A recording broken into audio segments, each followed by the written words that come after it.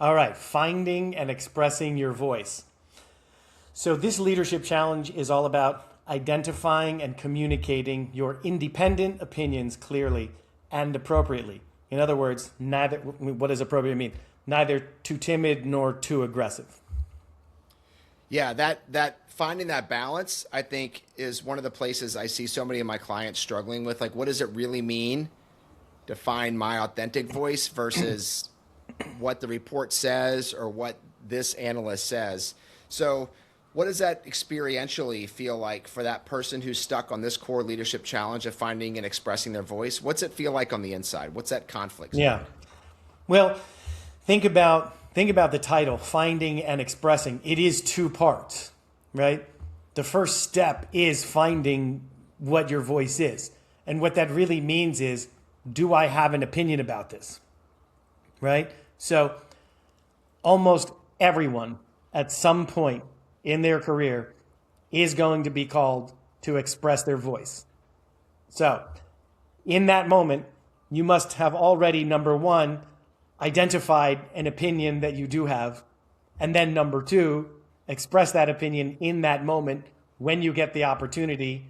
And then number three, don't be too aggressive with it, but don't be timid either. It's tough, right? Like, this is one of the more complicated leadership challenges, but it's also the one that's it's pervasive. It's probably more pervasive than any of the others. You could argue that all of work, unless you're working with your hands, all of work is probably finding and expressing your voice to a certain degree. Yeah. And again, that's what makes this such a core challenge is it's one of those ones that kind of always be present, and maybe it's more active at different phases, but to the degree that this is where you're currently feeling that friction, that's exactly why our program is designed the way it is, because it puts those friction points and through the experiments turns them into traction points so you can make progress through this challenge rather than trying to find these workarounds. So, following our through line here, imagine, again, we have a senior leader, and she's looking at her team, and she's looking to see who she can move up to that next level. What is she seeing when she looks at this person who has stuck in the challenge of finding, expressing their voice? What is she seeing that to her indicates they're not ready to be moved up? Yeah. So there's a bit of a secret here. The secret is oftentimes the reason someone is getting promoted or the reason that someone wants to hire you is because they want you to be someone that pushes back on them. So when you're young, when you're first starting out, your idea is, hey, I'm going to be a team player. But fast forward through your career, what if being a team player means pushing back on the boss? Right?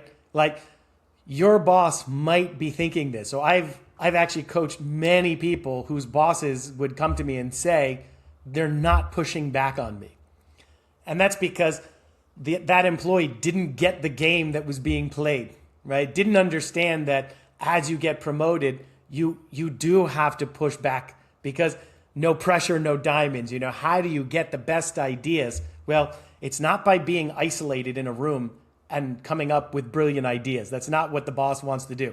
Every now and then, yeah, there's some super geniuses who do that. We'll let the Elon Musks of the world sit in a room alone and they will do something like that. But 99.999% of bosses, they want that challenge, right?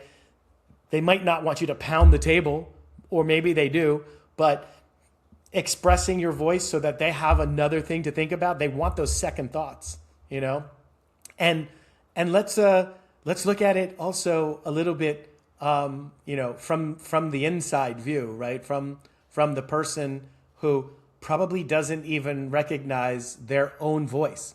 I don't think any of us start out having a voice, right? We start out with like, I have needs, I have opinions, but I might not have a voice, right?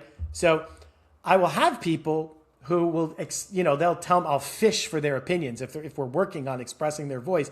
And I'll say, oh, that's your opinion. And they're like, yeah. And I'm like, well, that's the foundation for your voice. So you have an opinion.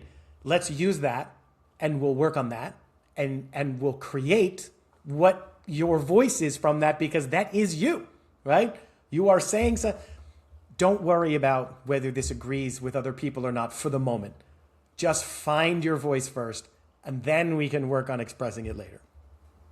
Well, and I love that distinction you just shared there about finding it first, expressing it later. This is, again, one of the values of working on this challenge in our group coaching format through our practice-based experimental exploration, because it really does depend on what's your context. Maybe your context, we'll discover together, does require you to pound the table. Maybe it requires you to have a different mode of expressing. And that's what makes Accelerate different than some of these workshops or webinars where you're just being told to do things this new way, this one trick is how you need to show up. But it's not that simple. It is complex, and it really is about your unique situation, the context of the people and the constellation around you, and finding out what's appropriate and effective to help you work through your challenge in this particular context. So again, that's what I really want to emphasize here about these core challenges. It's not a recipe that's applicable to anybody with this challenge.